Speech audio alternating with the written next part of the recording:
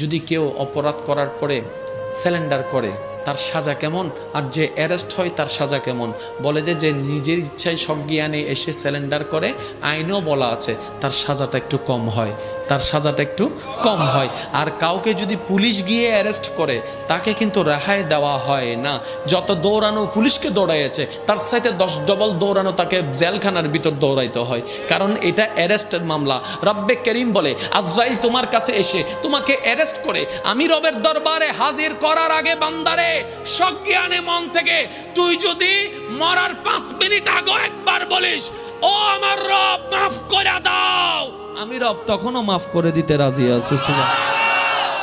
ইসলাম বুঝার ধর্ম। ইসলাম কিসের ধর্ম? যত বুঝতে থাকবেন তত আপনি প্রেমে পড়বেন, যত প্রেমে পড়বেন তত ঈমান বাড়বে, যত ঈমান বাড়বে তত আপনি রবের রহমতের কাছে যেতে পারবেন। আচ্ছা বলেন, রবের রহমতের দরবার কি শান্তির না অশান্তির? রবের রহমতের দরবার কি ঘৃণার না প্রেমের?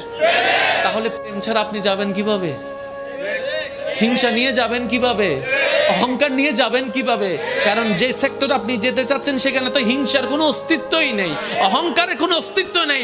আছে তো আছে, একটাই আছে, সেটা হচ্ছে মায়া, সেটা হচ্ছে মমতা, সেটা হচ্ছে প্রেম। সেটা আপনার দিতে হবে না, আপনার রব আপনার অন্তরে যেটা দিয়েছেন সেটাকে উল্টা দেন।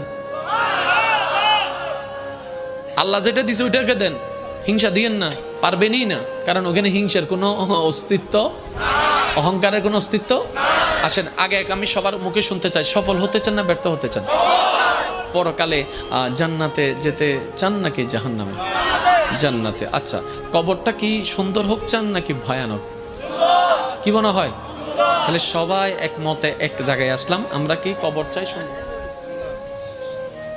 কবর চাই আমরা সবাই কি সুন্দর, পরকাল চাই সুন্দর।